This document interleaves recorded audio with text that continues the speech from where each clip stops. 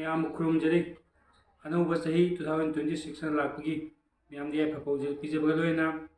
लाब जनवरी की तांग मंगा निथौगाबा नुमित्ता सिलचरी खुलादगी हौरगा मणिपुरी सिंह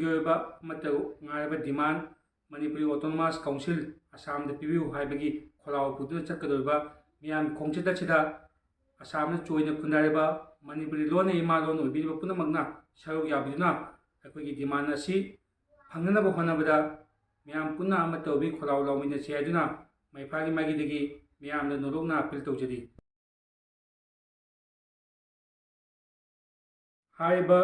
मणिपुरी ऑटोनोमस डिमांड तौबी खोंचद असम मणिपुरी डेमोक्रेटिक राइट को फंगनबगीदमक अखोई छिंजरीब खोंचद मैम पुनः सरुक याबीना अखोई डिमांड माई पाबू है Manipuri autonomous council demand committee की माइगी मैम अपील से थमजरी अयुक पुंग 10 सिलचर इखुला मणिपुरी बस्ती हौरगा कोई चलगा सिलचर DC ऑफिस अखोई